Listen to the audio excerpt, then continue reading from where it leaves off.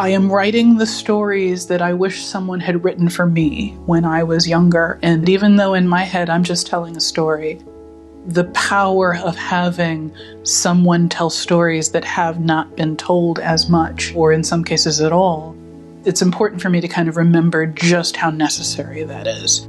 My name is N.K. Jemisin, and I am a speculative fiction writer.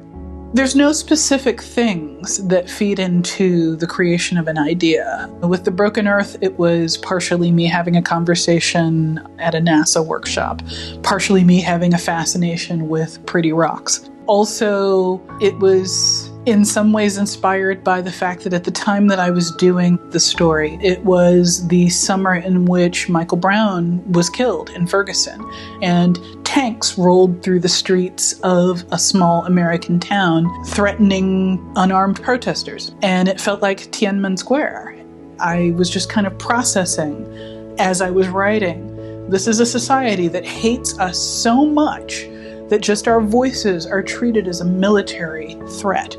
Sometimes the characters that I need to focus on aren't always the characters that I need to be writing. So I will write the story over from different POVs, sometimes in different voices. Sometimes it's things as simple as me walking down a street on a fall afternoon in New York when the wind is blowing and the light is at just like that right angle and the city seems magical.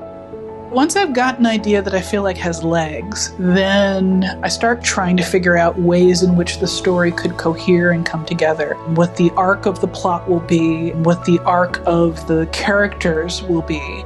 In the case of The City We Became, it's both a love letter to New York and, yes, in some ways a critical letter of New York. There's a lot of ways in which the city could be better, and I'm certainly trying to talk about that. And there's a lot of ways in which the city is reacting to changes kind of imposed on it from within and without, such as gentrification. I'm writing about primarily people. I think of myself as a character-focused writer. And so I may be writing a story about priests who suck dreams out of your head in another planet, or people who can make earthquakes happen, but at the end of the day, these are stories ultimately about people growing and learning and dealing with the world as they are.